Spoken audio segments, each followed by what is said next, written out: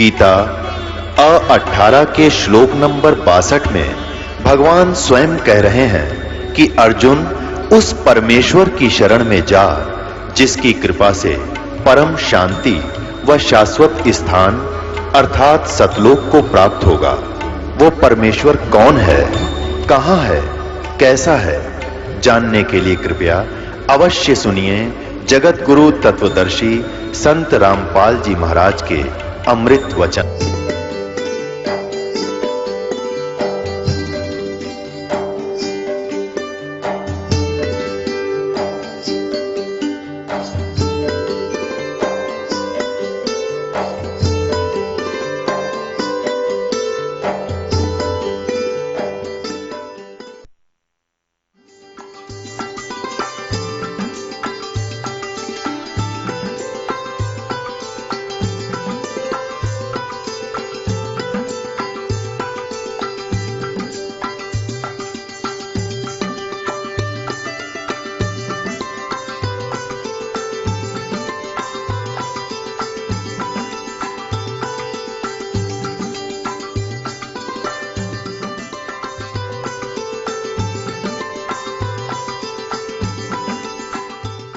देखिएगा ऋग्वेद मंडल नंबर 9, 10, 9 में देखेंगे हम।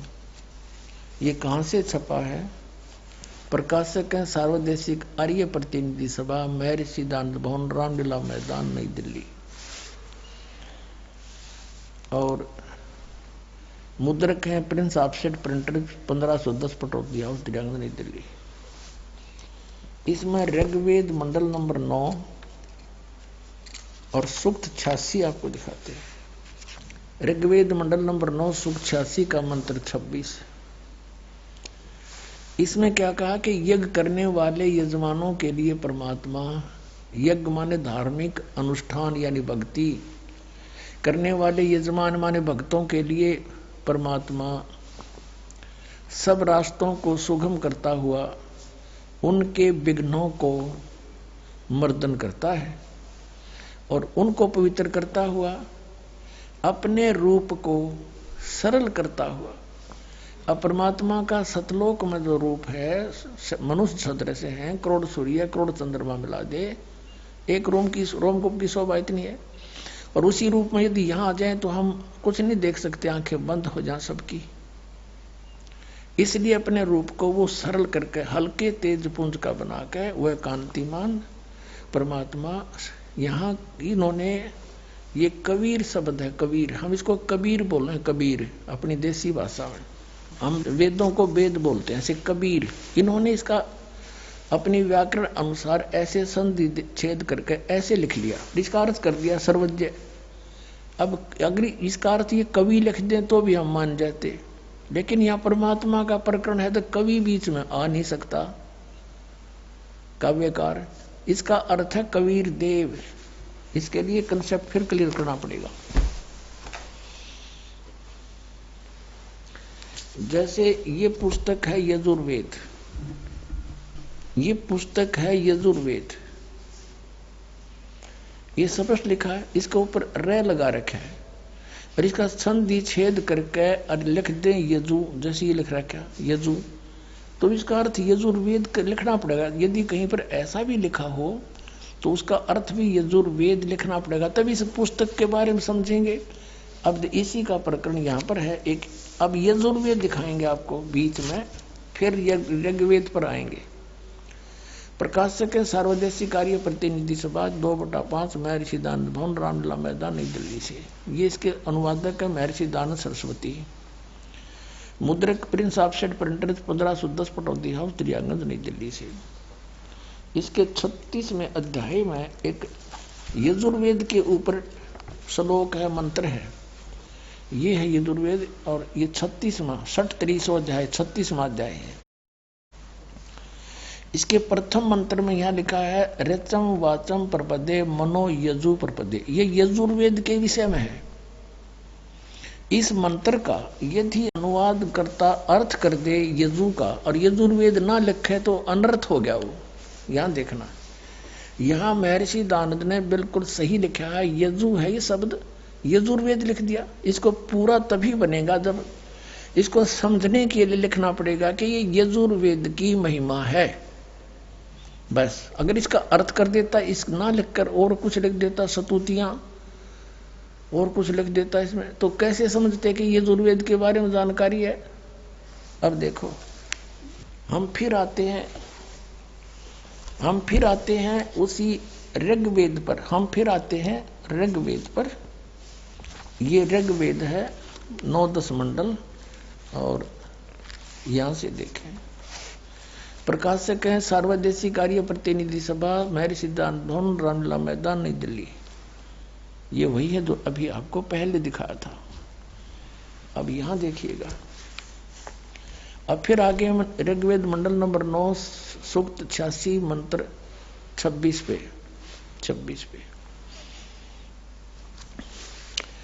अब इससे पहले हम यहां से चले तो अच्छा रहे, क्योंकि प्रकरण जो चला था कि वो परमात्मा कुंवारी गायों का दूध पीता है। वो जब भी आता है जिस रूप में, यहां पर लिखा है ये ऋग्वेद मंडल नंबर 9 और सूक्त नंबर 1, इसका मंत्र नंबर 9। थोड़ा सा हिंट देंगे। यहां लिखा कि उस सोम स्वभाव वाले श्रद्धालु पुरुष को, ये पुरुष लिख दिया, सोम माने परमात्मा लिखना था। यहां इन्होंने इस ऋग्वेद मंडल नंबर 9 के सभी मंत्रों में, ये ऋग्वेद मंडल नंबर 9 सूक्त 1 का मंत्र 1 है। इसमें भी हे परमात्मा की महिमा चल रही है। और ऋग्वेद मंडल नंबर 9 सूक्त 1 के मंत्र नंबर 2 में भी हे परमात्मन, और 3 में भी हे परमात्मन, और 4 में भी हे परमात्मन, और 5 में भी हे परमात्मन, और 6 में भी। ऋग्वेद मंडल नंबर 9 सूक्त 1 मंत्र 6 में भी हे परमात्मन। और इन्होंने फिर आगे देखा कि महर्षि दानंद तो परमात्मा को निराकार बताता है। और 8 में फिर आ गया भगवान का शरीर है। वहां पर पुरुष लिखना शुरू कर दिया 7 से ही। पुरुष माने भी परमात्मा होता है। यजुर्वेद अध्याय नंबर 40 के मंत्र 17 में दानंद जी ने खुद पुरुष माने पूर्ण परमात्मा कहा है। तो यहाँ पुरुष माने हमने परमात्मा ही मानना पड़ेगा। उस परमात्मा को उग्र गतियां प्रेरणा करती हैं, यानी भयंकर स्थितियां जब हो जाती हैं परिस्थितियां पृथ्वी पर, तो परमात्मा आता है। भासमान शरीर को वह पुरुष प्राप्त होता है जिसमें 3 प्रकार से दूसरों को वारण करने वाला मधु में शरीर मिलता है, वो परमात्मा। अब हम इस 9 में पा गए। इसी से दो कि परमात्मा सह शरीर है। अब देखना, अब इसमें लिखा है कि वो परमात्मा 3 प्रकार के शरीर धारण करके सारी ब्रह्मांडों को संभालता है 3 स्थिति में। एक में तो वो स्थिर रहता है सतलोक में, ऊपर के लोकों में एक ऐसा रूप है, करोड़ सूर्य मिला दे करोड़ चंद्रमा, एक रोमकूप की इतनी शोभा है। वो तो वहां फिक्स, वहां तो स्थिर रहते हैं, स्थायी। अन्य रूप बना करके वो एक प्रत्येक युग में एक लीला करते हैं, एक बालक रूप धारण करके, और धीरे धीरे बड़े होते हैं। उसमें भी कुंवारी गायों का दूध पीते। ये दूसरी प्रकार का शरीर हुआ, शिशु रूप धारण करके आए, और फिर धीरे धीरे बड़े हुए। 5 वर्ष की आयु से ही वो फिर बड़े बड़े विद्वानों के छक्के छुड़ा देते हैं। 104 वर्ष के महर्षि रामानंद जो पूरे बहुत बड़े प्रसिद्ध हो चुके थे, उनको भी नतमस्तक कर दिया परमात्मा ने अपने ज्ञान के सामने। और फिर उनको अपना शिष्य बनाया, फिर आप उनके शिष्य बने। ये लंबी कहानी है, फिर बताएंगे। और तीसरी प्रकार का जो शरीर है, वो परमात्मा एक जिंदा महात्मा का रूप, संत महात्मा का रूप बना करके प्रकट होते हैं और अच्छी आत्मा को मिलते हैं। जहां भी कोई उसकी पुण्य आत्मा है, उनको मिलते हैं, ज्ञान से परिचित कराते हैं, अपनी स्थिति से परिचित करा के वापस छोड़ देते हैं। फिर वो संत भी उनके गुणगान किया करते हैं। अब दूसरी प्रकार का शरीर आपको दिखाते हैं कि जब वो शिशु रूप धारण करके आते हैं, गाय का दूध से उनकी परवरिश होती है, कुंवारी गाय के दूध से। ऋग्वेद मंडल नंबर 9 सूक्त 1 मंत्र 8 हमने पढ़ लिया कि 3 दूसरों का वर्ण करने वाला, 3 प्रकार से दूसरों को वर्ण करने वाला मधु में शरीर मिलता है। अब ये दूसरी प्रकार का शरीर है, उस अमर परमात्मा को, पूर्ण परमात्मा को, जो शिशु रूप धारण करके आता है, सब अभी अधन्या, अधन्या माने बिना धनाई, धेनु माने गाय, बिना धनाई यानी अभी अधन्या, पूर्ण रूप से, यानी अभी अधन्या का अर्थ है कुंवारी गौओं, उस गौवें उस तृप्ति करती है, तृप्त करती है। दूसरे शब्दों में ऐसा समझे कि उस परमेश्वर को जो शिशु रूप धारण करके आता है, कुंवारी गायों से उसकी परवरिश होती है, उसको तृप्त करती है, इति सिद्ध। अब पुण्यात्माओं, ये था दूसरी प्रकार से परमात्मा जो हमारी देखभाल संभाल करने के लिए, धारण पोषण करने के लिए आते हैं। और तीसरी प्रकार का शरीर ये उनका ऐसा है कि जब चाहे जहां प्रकट हो जाते हैं, एक साधु संत रूप बना के, और अपनी अच्छी आत्माओं से मिलते हैं, उनसे वार्तालाप करते हैं, ज्ञान चर्चा करते हैं। अब वो प्रकरण इव आगे चलेगा, और वो कौन है? वो परमात्मा वेद क्लियर कर रहे हैं, वो कबीर देव है। अब आप देखो, ऋग्वेद मंडल नंबर 9 सूक्त 86। अब इसमें 26 मंत्र आपने पढ़ा, अब फिर पढ़ेंगे। यज्ञ करने वाले यजमानों के लिए परमात्मा, अर्थात भक्ति करने वाले भक्तों के लिए परमात्मा सब रास्तों को सुगम करता हुआ उनके विघ्नों को मर्दन करता है, उनको पवित्र करता हुआ और अपने रूप को सरल करता हुआ, हल्का बना करके, वह कांति में परमात्मा कबीर देव, यहाँ कबीर देव लिख देना था बस, विद्युत के समान क्रीड़ा करता हुआ वर्णीय पुरुष को, अच्छी आत्मा को, श्रेष्ठ पुरुष को प्राप्त होता है। यह देखना, ऋग्वेद मंडल नंबर 9 सूक्त 86 मंत्र 26 पढ़ लिया। अब 27 में क्या बताया है कि जो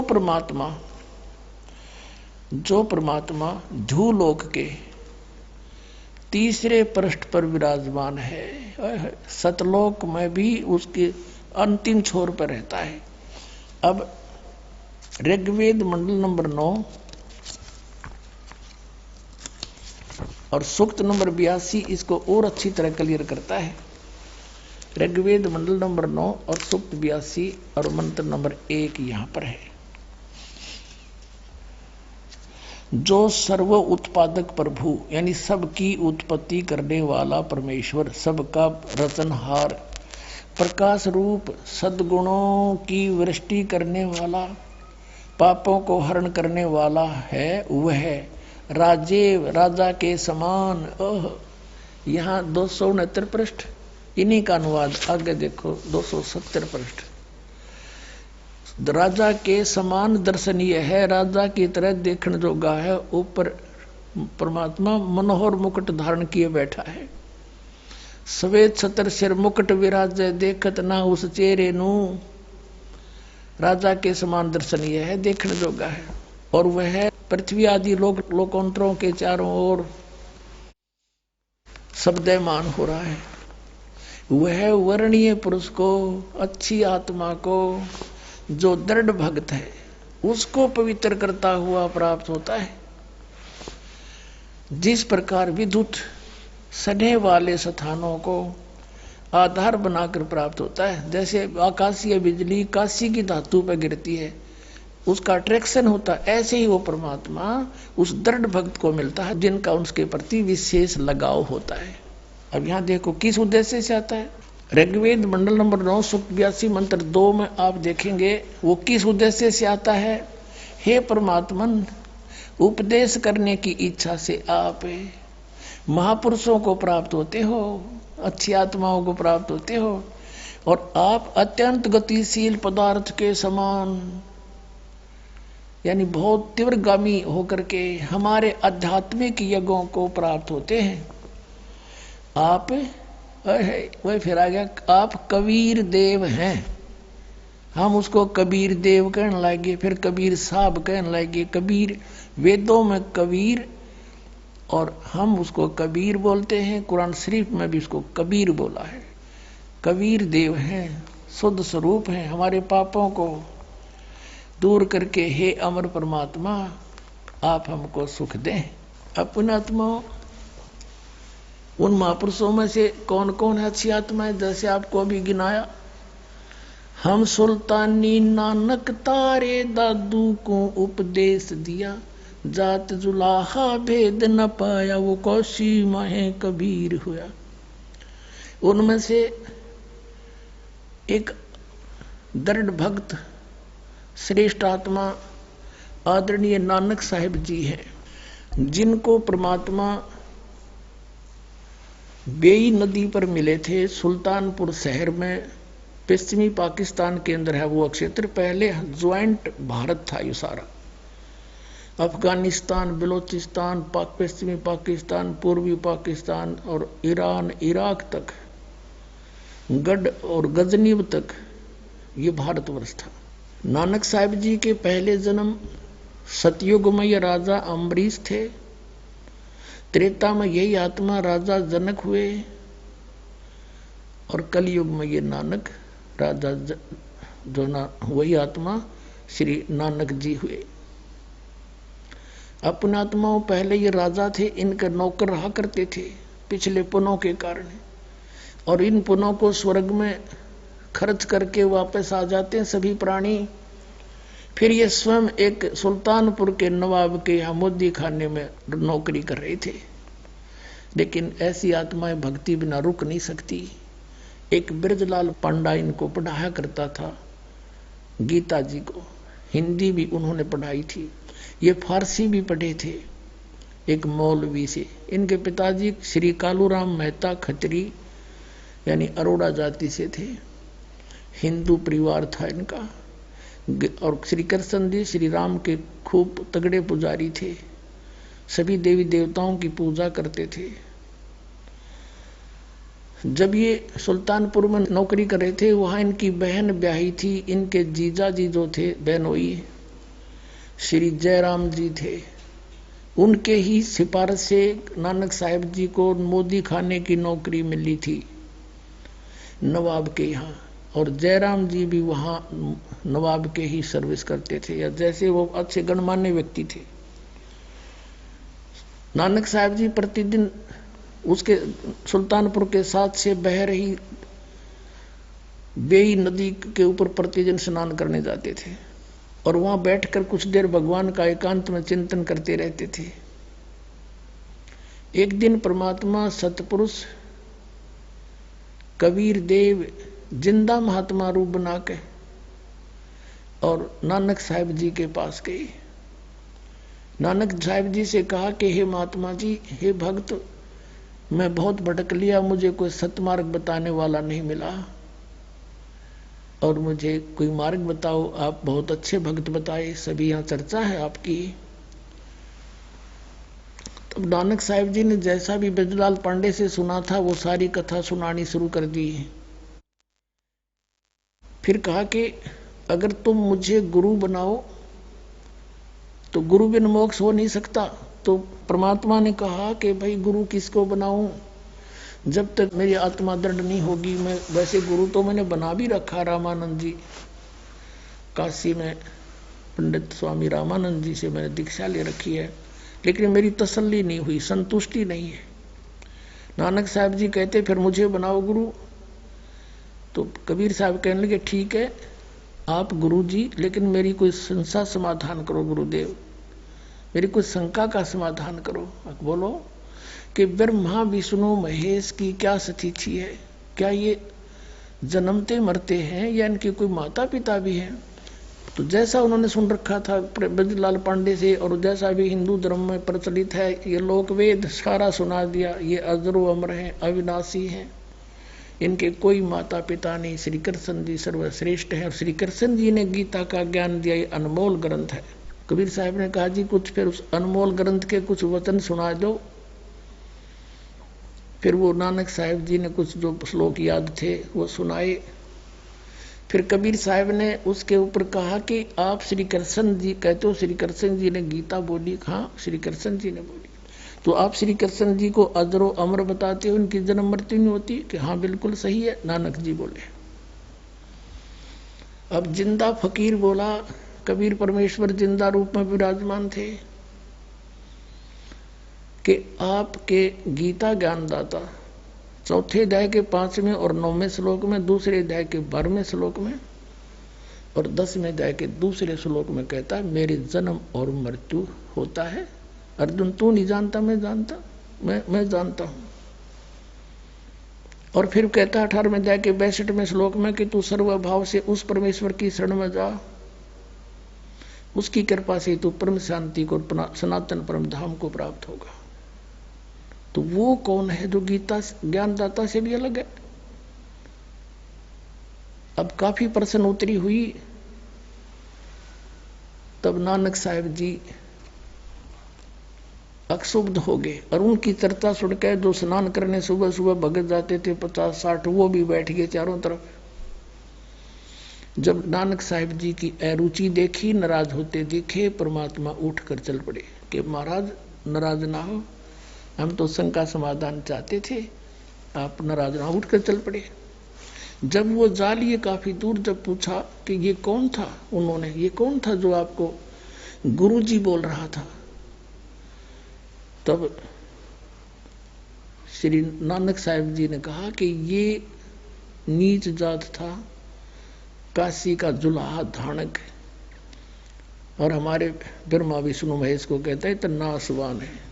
इसको जवाब आया नहीं, उठ के चला गया। तो सब अब अपने काम लग गए। श्री नानक जी भी स्नान करके अपने काम चले गए, लेकिन उनका जख्म हो गया अंदर। एक सच्ची बात कही, गीता आकर देखी दोबारा उन्होंने, कोई बात तो सारी सत्य कहे थे, और मन में यूं कह कि एक बार फिर वो आवे संत भक्त, फिर चर्चा करूं। कुछ दिनों के बाद, महीने 2 महीने 6 महीने उनको खूब तड़फा के फिर इसी तरह प्रतिदिन स्नान करने जाते थे और इसी खोज में थे, शायद कितने दिखाई दे जाए, आज फिर बात करूं।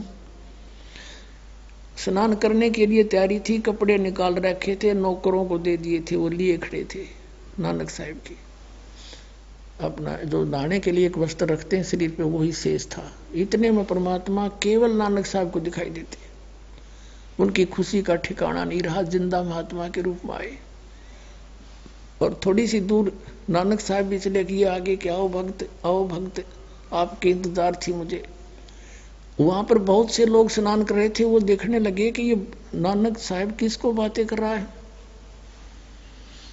कुछ एक कहने लगे, आप पे कहने लगे भगत आप बोले, अगर भगत तो भाई ये पता नहीं कौन से मूड में बैठा है। तो दोनों बैठ गए। कबीर साहब केवल नानक साहब जी को दिखाई देते, अन्य को नहीं। काफी देर चर्चा हुई, सब विस्तार से मालिक ने बताया और कहा कि सचखंड है, सतलोक है, उसमें सतपुरुष रहता है, उसकी भक्ति से मोक्ष होगा, वो अकाल मूर्त है। नानक साहब ने कहा कि हमने तो कभी स्वर्ग से ऊपर सुना नहीं। तो कहते हैं नानक साहब जी ने ये शर्त रखी कि आप मुझे ढूंढ दो दरिया में, तो मैं आपको गुरु बना लूंगा, तेरी सारी बात सुनूंगा। ये कहकर छलांग लगा दी दरिया में। कबीर साहब ने वहीं से अंतर्धान किया उनको, और अब सटरी में जिधर से जल आ रहा था उसी साइड में ले गए। काफी देर जब नानक साहब बाहर नहीं आए तो सबको चिंता होगी, सबने जान लिया कि डूब गया। सुल्तानपुर शहर में आग की तरफ बात फैल गई। भागे आए, उसकी बहन मूर्छित होगी, बहन रोने लगी बुरी तरह, मेरा भाई मर गया। बहुत चिंता का विषय बन गया। सुल्तानपुर के नवाब तक बातें गई। उन्होंने नौकर भेज दिए जाल डालने के लिए, गोताखोर भेज दिए, वो ढूंढ रहे डाउन स्ट्रीम में, वो ले गए अप स्ट्रीम में। बहुत दूर ले जाकर 3-4 किलोमीटर वहां बैठा लिए नानक साहब की। दोनों की काफी देर चर्चा हुई परमात्मा के साथ। फिर नानक साहब ने कहा कि मुझे सचखंड दिखा दो भगवान, फिर मैं मानू। शरीर को वहां छोड़ा, आत्मा लेकर चल पड़े। जैसे गरीबदास जी को लेकर गए थे, जैसे धर्मदास जी को लेकर गए थे, जैसे दादू साहब जी को लेकर गए थे, जैसे मुल्कदास साहब जी को लेकर गए थे, जैसे गीसा दास साहब जी को लेकर गए थे, ऐसे इनको भी लेकर गए। वहां जाकर देखा परमात्मा दूसरे रूप में स्थिर बैठे हैं।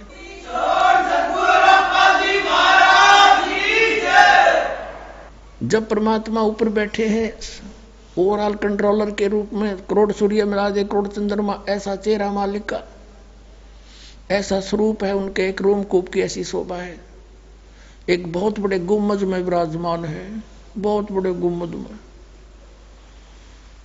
जैसे मंदिर नुमा गुम्बद होता है, बहुत बड़ा, पूरी पृथ्वी से भी बड़ा। इस पृथ्वी ने सीधा कर दे, ऐसे गोल नहीं। और इतना बड़ा गुम्बद मालिक बीच में बैठे हैं। वो जिंदा महात्मा के रूप में परमात्मा साथ से लेकर गए आदरणीय नानक साहिब जी को।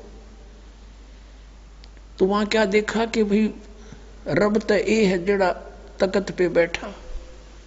और यो यहाँ का जो कबीर है, ये बाबा कबीर जिंदा यहाँ का कोई गण है, क्योंकि कबीर साहब जिंदा महात्मा के रूप में गए थे नीचे से, तो चौर करने लगे अपने दूसरे रूप पर है। तो सोचा ये सेवक होगा बाबा जी जो जिंदा नीचे आया है। इतने में तेजो में शरीर खड़ा हुआ। कबीर जो नीचे से गए थे, जिंदा महात्मा वाला शरीर विराजमान हुआ। और वो तेजो में शरीर जो रब दिखाई दे था, वो लगा चौर करण जिंदा वाले रूप पर। नानक साहब सोच ही रहे थे भाई बाबा जी जिंदा महात्मा पे और रब चमर करता है, ये कैसी अजीब लीला इनकी। इतने में तेजो में शरीर और परमेश्वर कबीर साहब जिंदा वाले शरीर में समा गया, एक रह गई।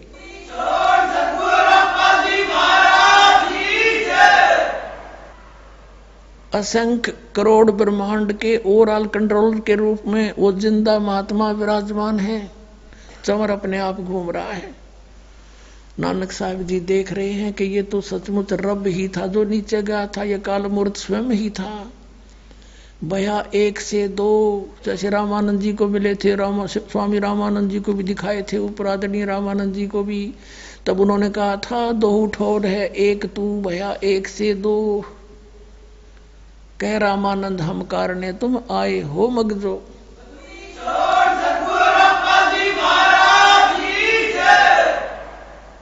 और यही आदरणीय नानक साहिब जी के साथ घटना घटी। और तब परमात्मा ने कहा कि आयम कबीर, मैं कबीर हूं, अल्लाह अकबर हूं, मैं कबीर देव हूं। और काशी में, बनारस में एक धानक रूप में रहता हूं, दुल्हे का काम करता हूं। प्यारी आत्मा, जब मोक्ष चाहिए आपको, सतनाम लेना मेरे से, वहां सतनाम दूंगा।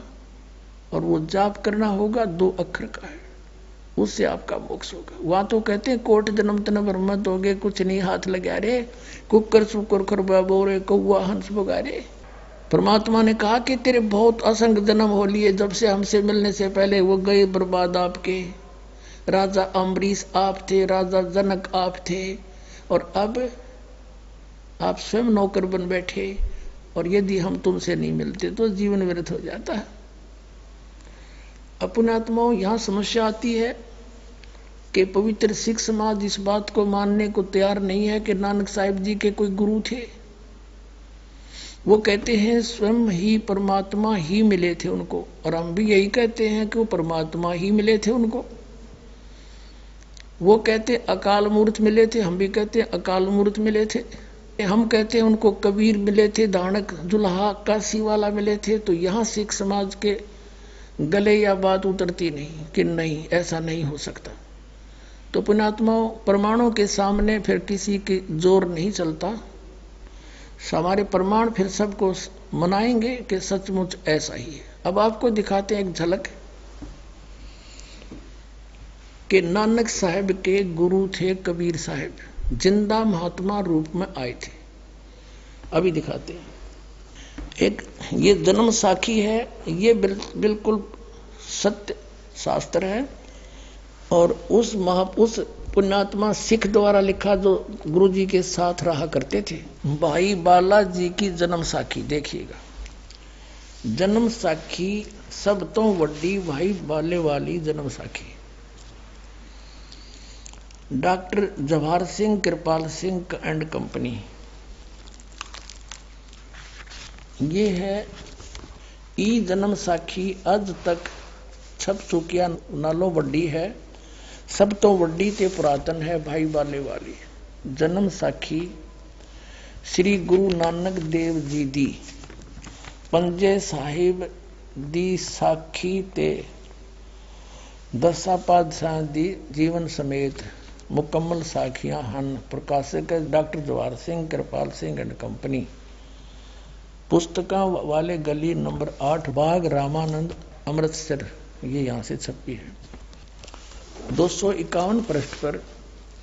और साखी है ये सिद्धानाल गोष्ठी, ये कोई प्रकरण है सिद्धानाल गोष्ठी। और नीचे है आगे साखी होर चली। श्री गुरु नानक जी अंतर ध्यान होए ता मीना पर्वत पर जाई खड़े होए। ता फिर मर्दा ने कहा जी असी इथे किथे आए हाँ। ता गुरु नानक जी की हा मर्दाना असी हुण मीना पर्वत ते आए हाँ। तो यहाँ कोई चर्चा चली उनकी। अब 252 पर देखना।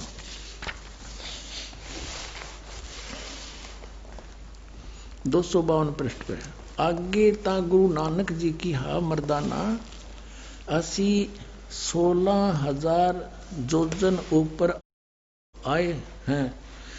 आहे ता मर्दा ने कहा जी यहाँ से सुमेर पर्वत कितना रहिंदा है। अब अपने मतलब की पढ़ेंगे। ता फिर मर्दाना पूछिया जी तू सानू जो गुरु मिलिया सी उसका नाम की है। ता गुरु नानक जी कहा मर्दाना उसका नाम बाबा जिंदा आखदे हन। जहां तोड़ी जल और पवन है उसदे हुक्म विच चलदे हन। अते अगन और मिट्टी ए भी उसदे आखे विच हन। जिस ताही बाबा जिंदा मिलेगा, जिस ताही बाबा जिंदा मिलेगा तिस ताही बाबा आखना चाहिए। होर ताही बाबा नहीं आखना। अब कहने का भाव है कि यू है सबका बाबा सबका दादा, जो मैं हमने और किसी को बाबा कहना व्यर्थ है। मर्दा ने किहा गुरु जी असी ता तुहाडे नाल सी ही रहिंदे हन आहे। तू सानू कद मिलिया है। ता गुरु नानक जी कहा मर्दाना अजे तू असा थी नहीं आया से, तब तक तो मेरे पास नहीं आया था। जद असी मिलन गए से ता मर्दा ने कहा जी कद गए से। ता गुरु जी कहा जद सुल्तानपुर विच डुबकी लाई सी। डुबकी यानी डुबकी लाई सी। तब मर्दाना असी 3 दिन उसे पासे रहे से। मर्दाना भाई बाला जानते हैं मर्दाना ऊ समय गुरु है, ऐसा गुरु है जिसकी सत्ता संपूर्ण जगत नू आसरा दे रही है। कहते हैं जब सुल्तानपुर विच टुबकी लाई थी तब मर्दाना असी 3 दिन उसे पासे रहे सी, उसके पास रहे थे। और वो जिंदा महात्मा है, उसको ये समझ गया है। उसका नाम बाबा जिंदा अखदे हन। बोलो सतगुरुदेव की जय।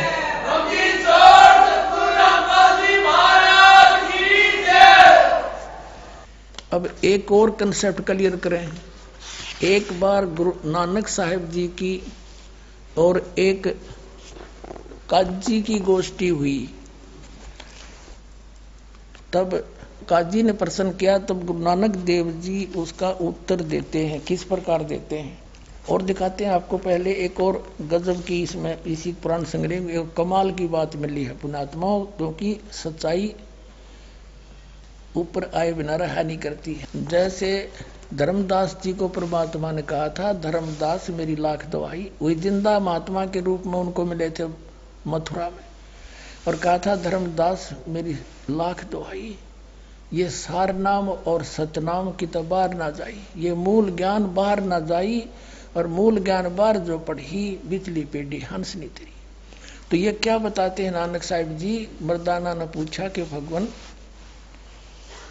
नानक साहब बताते हैं कि मैं जब सतपुरुष से मिला वहां सचखंड में, उस सब के पालनहार विष्णु के पास में गया, तो उसने मुझे कहा था कि तुम वापस जाओ और तुम्हें सतनाम देने का आदेश दिया है, और जो आज्ञा वही करना। तो नानक साहब जी कहते हैं कि जो आप कहोगे उसको सतनाम दूंगा और को नहीं दूंगा। ये देखना पृष्ठ 275 पर साकी सचखंड दी, यहां देखना नीचे। आगे साची सचखंड दी चली। अब यहां से है कि ता गुरु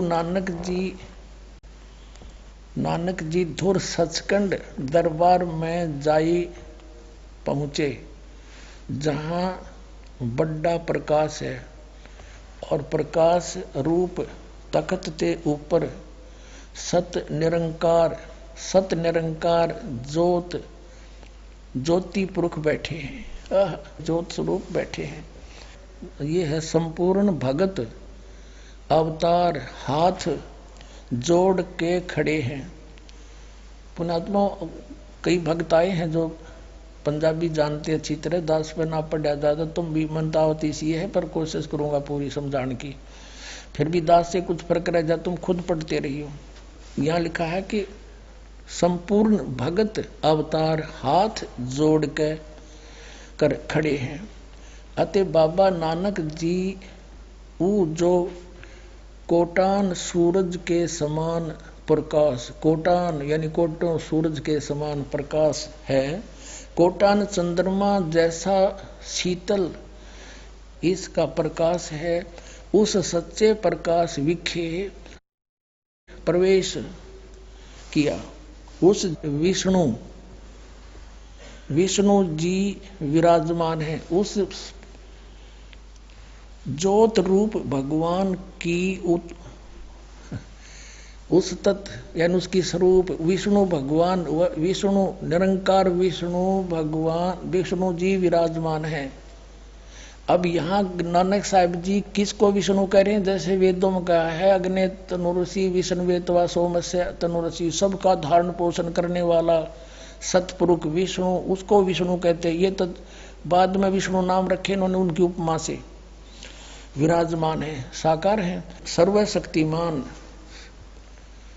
और भगवंत जी ने कहा आऊ नानक भक्त, तू सदा ही मेरे में मिलिया है, तेरे और मेरे में कोई भेद नहीं, पर जिस वास्ते संसार में सतनाम उपदेश के जपाउन के वास्ते गए से सो दृढ़ाया है, ता श्री गुरु नानक जी की हा सर्वंग स्वामी, हे सब के मालिक, जहां आप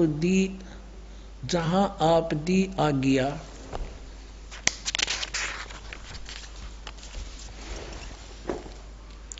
अब 276 पे, जहां आपकी आज्ञा तहां सतनाम दा चक्कर फेरिया है, जहां जहां आपका हुक्म होएगा तहां तहां सतनाम का चक्कर फेरेंगे। आगे जिवें आपकी रजाई होएगी, आपकी रजा होएगी त्यों ही होएगा। कहते हैं ऐसा कही कर श्री गुरु जी ने शब्द विचारण कीता। स्तुति है या स्तुति। अपना आत्मा हो गया क्लियर। एक तो ये कंसेप्ट क्लियर हो गया कि नानक साहिब जी को जिंदा महात्मा में वो गुरु जी मिले थे आके गुरु रूप में, और सचखंड लेकर गए। वहां परमात्मा का दूसरे रूप में विराजमान थे। ये तो जैसा भी, क्योंकि कुछ थोड़ा सा परमात्मा ने कहा था कि निर्मल ज्ञान तुम जग में भाखो और मूल ज्ञान तुम गुप्त ही रखो। अब यहाँ पर नानक साहिब जी ने परमात्मा का आदेश क्लियर बता दिया। उन्होंने जानबूझ कर यहाँ थोड़ा घुमाया है, जिस कारण से ये राधा स्वामी पंथ, ये नकली काल के पंथ, इसको पढ़कर ज्योत स्वरूप और प्रकाश ही प्रकाश के, इसमें तो ये स्पष्ट बताया कि वो साकार बैठे हैं विष्णु रूप में, और बात हुई आपस में आज्ञा दी के सतनाम का जाप करवा, और जिस जिसको आज्ञा हो उसी को देना। तो इन्होंने कहा जो आपकी आज्ञा होगी उसी को सतनाम दूंगा, ना कति नहीं दूं। हो गया स्पष्ट। एक तो ये हो गया कि जिंदा महात्मा में परमात्मा आकर मिले, बेई नदी पर स्वीकार्य हुआ। सचखंड गए, वहां रूप देखा साकार, वहां बात हुई, उसको आदेश दिया कि सतनाम नहीं देना, सतनाम जैसा आप कहोगे उसको दूंगा, आपकी आज्ञा बिना, हुक्म बिना कुछ भी नहीं करूंगा। अब फिर एक काजी से बात हुई इनकी, एक मुल्ला से बात हुई, वार्ता वो दिखाते हैं। एक बहुत पुरानी साखी है, बहुत पुरानी, ये देखो इसका रंग भी कैसा हो रहा है, कागज भी पाटन हो रहा है, बहुत पुरानी है। और इसका यहाँ से भी इसका फर्स्ट प्रिंट भी ठीक से नहीं रहा है, ये किसी सिख बच्चे ने लाकर हमें दिया है। ये सिर्फ इतनी ही यहाँ पर है, ये वही कृपाल सिंह, जीवन सिंह, ये उनसे छपी है। ये ऐसी स्थिति है इसकी। अब इसके पृष्ठ नंबर आपको फिर हिंदी वाली में भी दिखाएंगे। एक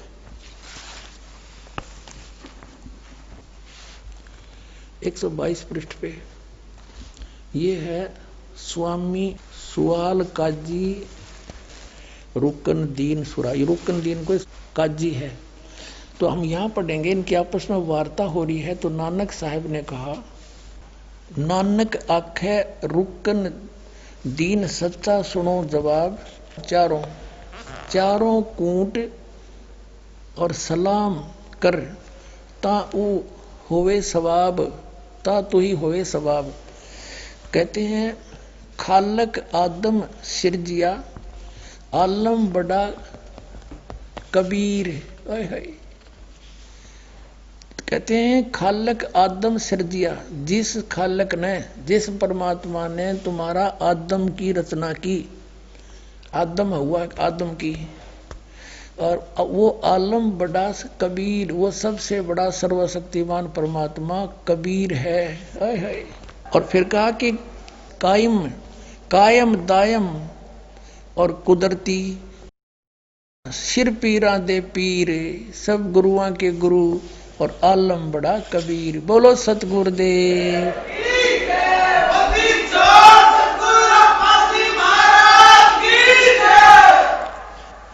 अपनात्मा दास बहुत पहले से आपको कहता रहा था, लेकिन ये प्रमाण ना मिलने से दास को तो विश्वास था, लेकिन आम जनसाधारण नहीं मान सके था। अब दास ने पहले से बताया, क्योंकि जो सूक्ष्म वेद में आदरणीय गरीबदास साहिब जी ने लिखा वो फाइनल है, गॉड गिवन है, कबीर गॉड गिवन ज्ञान है आदरणीय गरीबदास साहिब जी का, परम पूज्य गॉड कबीर द्वारा दिया हुआ, कबीर परमेश्वर द्वारा, वो झूठा नहीं हो सकता।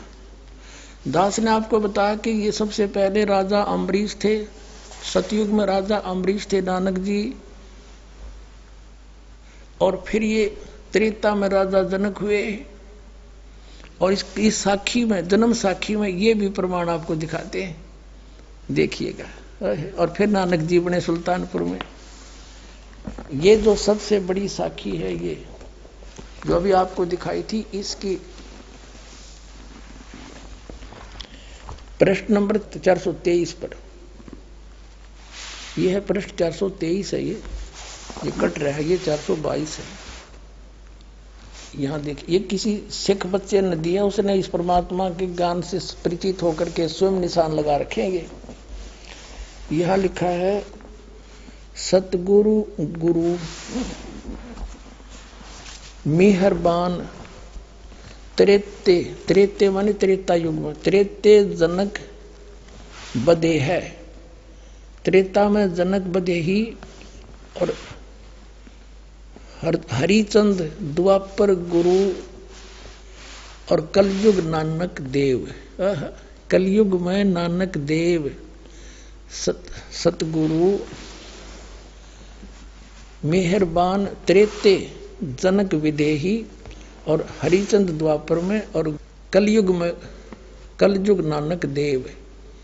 इन्होंने तो एक और बता दिया कि द्वापर में हरिचंद आए थे, बाकी आगे देखेंगे। यहाँ देखो, यहाँ पर है कि त्रेता युग विच गुरु जी जनक विधेयी होया और अर सिद्धि करोड़ी एक 35 आया ता आ गया। इस श्लोक का ये अनुवाद करता हुआ रहा, इसने अपने हिसाब से किया है।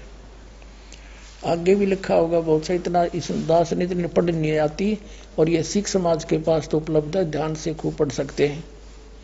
ये है साखी अजिते रंधावेदी, इसके अंदर है ये।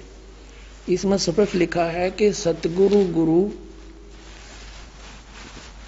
मेहरबान त्रेते जनक बदेह और हरिचंद द्वापर में और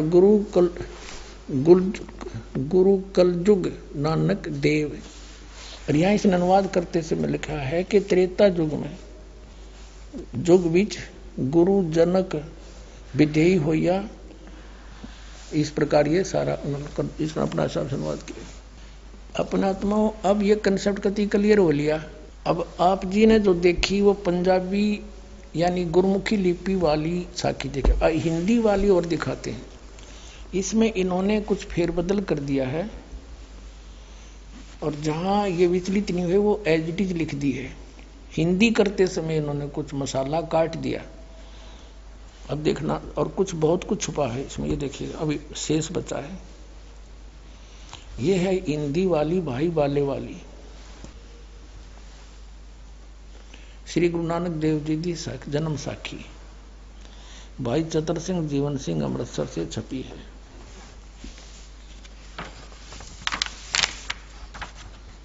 ये भाई बाले वाली श्री गुरु नानक देव जी की जन्म साखी, पंजे साहिब 10 पातशाह का जीवन संपूर्ण साखियां सही दर्ज है।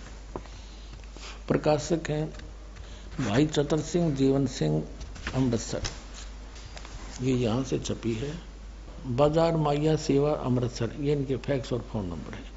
भाई चतर सिंह जीवन सिंह, ये मुद्र का जीवन प्रिंटर्स अमृतसर।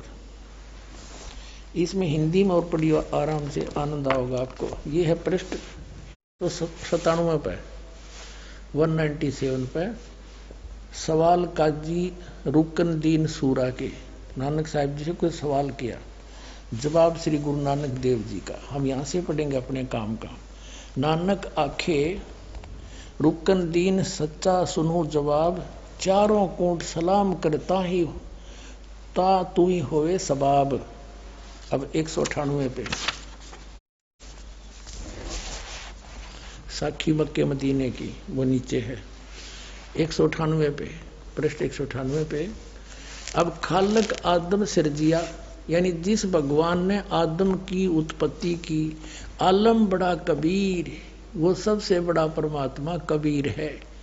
अब यहाँ मुसलमान भाई कबीर का अर्थ बड़ा करते हैं, तो नानक साहब ने यह समस्या हल कर दी है कि वड्डा कबीर, इसका अर्थ भी करना भूल जाओगे कि इस कबीर का अर्थ बड़ा होगा, कर दिया होगा यहाँ पर। खालक आदम सिरजिया आलम बड़ा कबीर और कायम दायम कुदरती सिर पीरा दे पीर। अब क्लियर कर दिया कि वो पीरा के पीर जगत गुरु है, वो सतगुरु पुरुष कबीर हैं, चारों युग परवाने, झूठे गुरुआ मर गए वो हो गए भूत मसाने। सतगुरु पुरुष कबीर है, सतगुरु और पुरुष भगवान भी वही है, और यहाँ पीर रूप में आकर मिलते हैं। वेद भी गवाही देते हैं परमात्मा अच्छी आत्माओं को मिलते हैं, और जिनको मिले वो गवाही दे रहे हैं कि जिंदा रूप में कबीर परमेश्वर आकर मिले, वो सबसे बड़ा हो परमात्मा, बड़ा कबीर। ये कहते हैं अल्लाहू अकबर, बड़ा बड़ा भगवान, कबीर का अर्थ बड़ा करते हैं। यहाँ पर नानक साहब ने समस्या हल कर दी कि वड्डा कबीर सबसे बड़ा कबीर, सबसे बड़ा वो कबीर, सब तो बड़ा है वो आलम, आलम कबीर, यानी सबसे बड़ा भगवान परवरदिगार आलम, वो परवरदिगार आलम है, सबसे बड़ा भगवान परमात्मा, सब तय बड़ा कबीर। इसका ये अर्थ है, आलम बड़ा कबीर, सबसे बड़ा भगवान कबीर, इसमें बड़ा अर्थ साफ लिख दिया। अब आप दिखाते हैं सचखंड की साखी, ये है सचखंड की साखी 309 पृष्ठ पे। इसमें स्पष्ट लिखा है कि फिर गुरुजी उस स्थान पर पहुंचे जहां महान प्रकाश है और प्रकाश रूपी सिंहासन पर निराकार स्वयं विराजे हैं। तो विराजने वाला कोई अलग थोड़ा हो गया, कोई परमात्मा साकार है। तो ये धन धन सतगुरु राधा स्वामी वाले, जय गुरुदेव वाले इस वाणी को इसको समझ नहीं सके। वो प्रकाश प्रकाश का रोड़ा मचाने लाएंगे, इधर के वहां बैठे हैं, उस पर विराजमान है वो भगवान। और देवी देवता अवतार अपने अपने हाथ बांधे हुए आज्ञा की प्रतीक्षा में खड़े हैं। वह प्रकाश लाखों ही चंद्रमाओं के प्रकाश से परम सुखदायी है, शीतल प्रकाश है। इन अनुवादकर्ताओं ने बहुत सी छोड़ दी, उसमें सूरज और चंद्र दोनों लिखे, सूरज भी। तो तब गुरुजी वहां स्तुति की, विष्णु जी की उपस्थिति में वह स्थान परम रम्य हो रहा था। तब भगवान ने प्रेम से कहा, आओ नानक देव, तुम तो सदैव मुझ में मिले हुए हो, तुम में और मुझ में कोई भी अंतर नहीं है। तुमको सतनाम की उपदेश के लिए संसार में भेजा है। तब गुरु जी कहा कि हे सर्वज्ञ, जहां आपकी आज्ञा थी वहां सतनाम का प्रकाश मैंने किया है, और जहां जो आज्ञा होगी वहां मैं पूर्ण करूंगा। यह कहकर गुरु जी ने ये शब्द कहा। अब आप जी को दिखाते हैं पवित्र कबीर सागर में गुरु ग्रंथ साहिब के 24 पन्ने पर लिखा है कि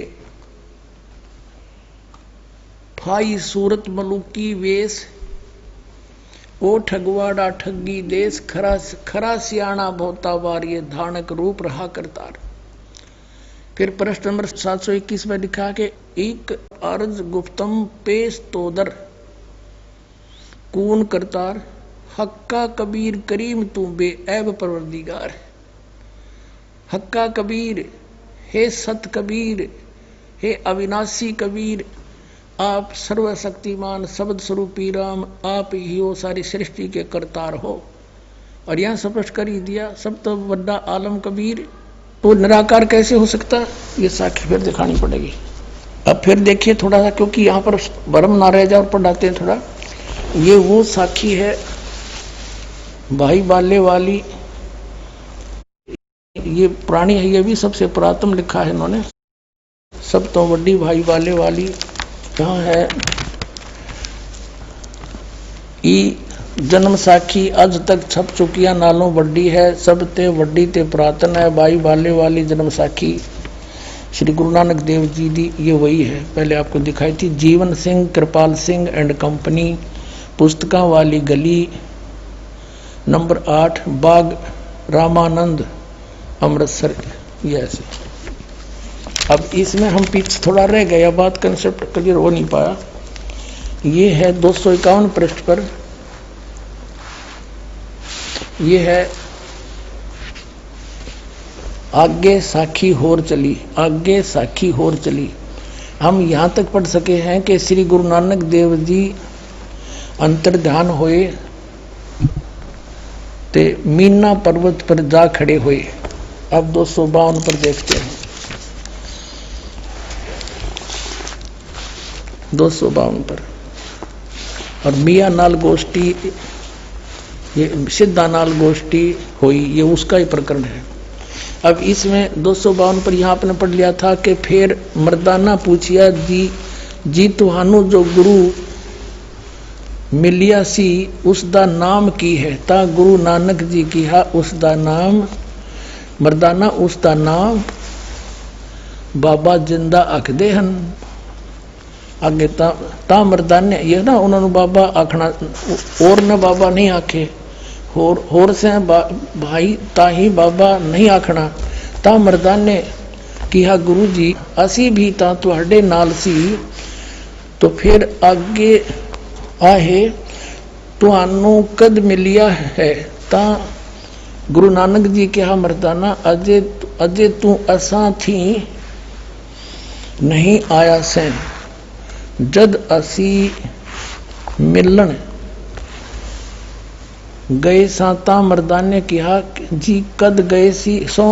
तां गुरु जी कहा जद सुल्तानपुर विच डुबकी लाई सी।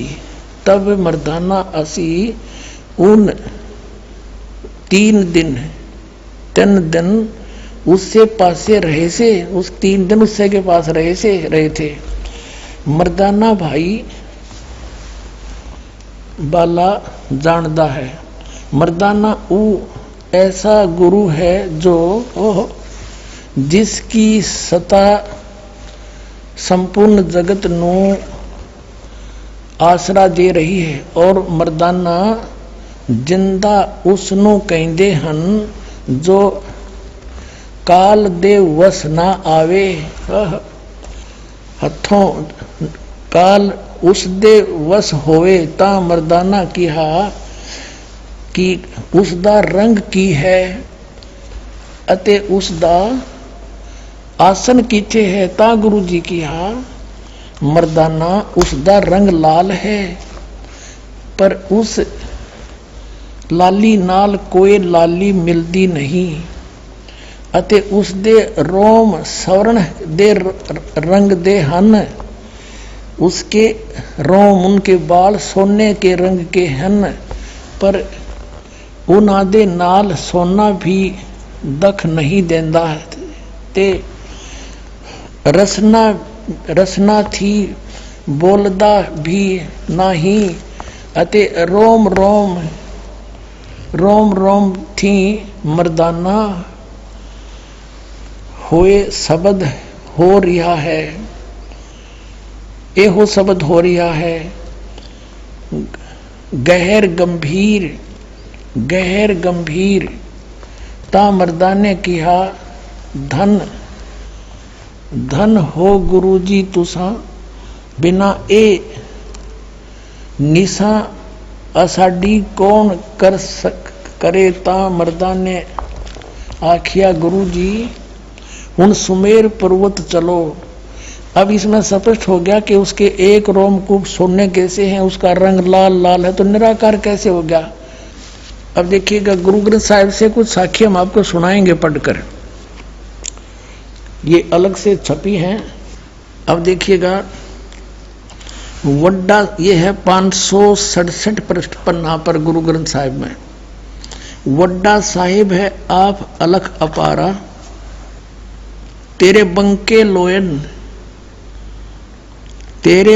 लोयन दंत रिसाला। सोने नक जिन लंबड़े वाला और कंचन काया। सोने के साथ शरीर आपका कंचन काया और सोने की ढाला, सोने की तरह आपका सुंदर शरीर जो है सोने जैसा है, तो निराकार की तरह गया फिर वो। और सोवन ढाला कृष्ण माला जप हूँ तुसी सले हिलो बंके लोयन दंत रिसाला। फिर क्या बताता है, क्या लिखा कि जम द्वार न होई खड़िया सिख सुनो में ही लिहो वाणी। फिर लिखा कि हंसा बग्गा लह मन जी की जाला और बंके लोहन दंत रिसाला।